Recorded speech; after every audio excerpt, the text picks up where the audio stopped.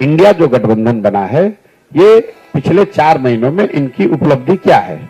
4 महीनों में दल 3 बार मिले हैं और आपस में बैठकर उन्होंने अपना नाम यूपीए से बदलकर इंडिया कर लिया। उसके बाद न उस गठबंधन ने अभी तक अपना कार्यक्रम घोषित किया, न जमीन पर कोई कार्यक्रम किया, न अपने नेता का ऐलान किया, न कोई कमिटी बनाई, न कोई जनमानस के मुद्दों पर आंदोलन शुरू किया।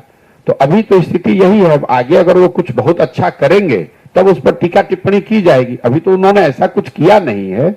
और जो आप बता रहे हैं कि आपस में खींचतान, वो तो होना ही होना है।